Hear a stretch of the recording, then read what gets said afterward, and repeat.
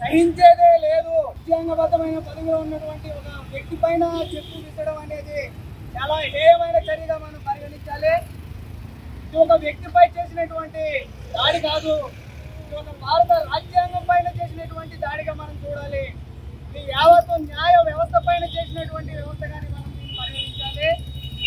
అంటే ఈరోజు కేంద్రంలో ఉన్నటువంటి మనువాదుల పాలనకు అనుగుణంగా పనిచేసేటువంటి చీఫ్ జస్టిస్ కావాలి.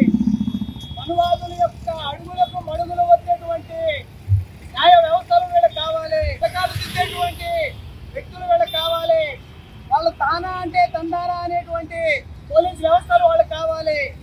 లేదు, మా అభిప్రాయాల్ని గౌరవించకుండా మా యొక్క జీవాలను మీరు పాస్ చేయకపోతే ఈ రకమైనటువంటి దాడే చేద్దాం అనేది వాళ్ళు చెప్పడం అనేది జరిగింది. ఉద్దేశపూర్వకంగా జరిగిన దానిగానే మనం పరిగణించాలి. ఎందుకంటే అప్పటికప్పుడే కూడా సడన్ గా తీసుకున్నటువంటి నిర్ణయంగా కూడా కాదు. విసిరిన తర్వాత సనాతన ధర్మం జోలికి వస్తే ఎవరిని సహించేదే లేదు.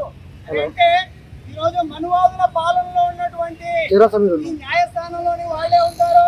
ఇటువంటి భావజాలం కలిగినటువంటి వ్యక్తులు మాత్రమే అధికారంలో ఉండాలనేది ఇప్పుడు కేంద్రంలో ఉన్నటువంటి ప్రభుత్వం బీజేపీ యొక్క ఆలోచన. వాళ్ళు డైరెక్ట్ గానే చెప్తున్నారు. వాళ్ళు మేము రాజ్యాంగాన్ని మార్చేస్తాం, రాజ్యాంగం ప్లేస్ లో మనువాద ధర్మాన్ని మనుధర్మ శాస్త్రాన్ని రాజ్యాంగంగా తీసుకొచ్చి మళ్ళా గతంలో ప్రాచీన యుగంలో ఉన్నటువంటి వ్యవస్థలను మేము నిర్మిస్తే మనుధర్మ శాస్త్రం ఏం చెప్తుంది?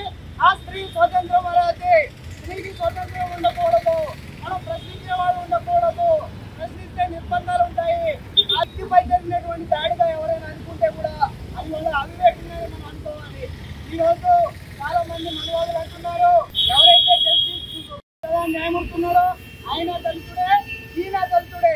పరిస్థితి అనేది ఏ విధంగా ఉందనేది కూడా ప్రతి ఒక్కరూ గమనించాలి. దాడి దాకా తీసుకొచ్చినటువంటి పరిస్థితి ఈరోజు కేంద్రంలో ఉన్నటువంటి బీజేపీ ప్రభుత్వం యొక్క కుట్రగా దీన్ని మనం తీసుకోవాలి. గతంలో కూడా అనేక మంది దేవుళ్ళ పైన కానీ, మతాల పైన కానీ, మనుషుల పైన కానీ చాలా నీచమైనటువంటి పాటలు రాశారు, పద్యాలు రాశారు, సినిమాలు కూడా తీశారు. అటువంటి అగ్రకులంలో ఉన్నటువంటి వ్యక్తులు చేసినటువంటి ఇటువంటి పనుల పైన ఎక్కడ కూడా దాడి జరగలేదు. చిన్నజీఆర్ స్వామి అన్నాడు, హిందూ అంటే కాఫీర్, దౌర్భాగ్యుడు, నీచుడు, ఇష్టుడు అని అన్నాడు చిన్నజీఆర్ స్వామి. కానీ అతనిపై ఎవరు దాడి చేసిన సంగతి ఎక్కడైనా చూసారా అని నేను ప్రశ్నిస్తున్నా. ఎందుకనంటే ఆయన అప్పర్ క్యాస్ట్ అగ్రవర్ణంలో పుట్టాడు. వాళ్ళు పుట్టిన కులాన్ని బట్టి ఈ రోజు వ్యక్తి యొక్క అభిప్రాయాన్ని